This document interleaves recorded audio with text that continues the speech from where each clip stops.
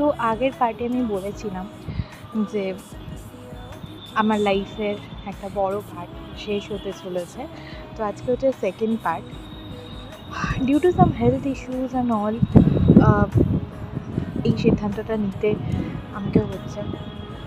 Not only that, অনেকেই হয়তো জানবে আমি একটা বিপিও ইন্ডাস্ট্রিতে কাজ করি ফর লাস্ট 11 ইয়ার্স। আর যে কোম্পানির সাথে আমি এই 11 ইয়ার্স ধরে রয়েছি, this is not only my office but yes, it is my second home. I have learned so many things from the management, from my supervisor, from my colleagues, from my juniors, everyone.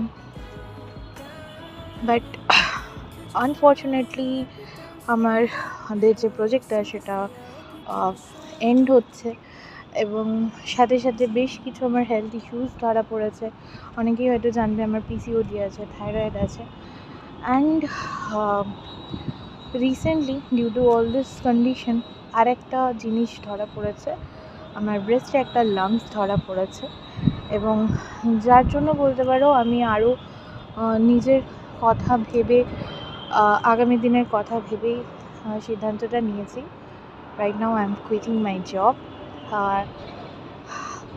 জানি না আমি ডিসিশনটাতে কতদিন stick থাকতে পারবো, but নিজেকে বোঝাচ্ছি যে এটা একটা সাময়িক ব্যাপার।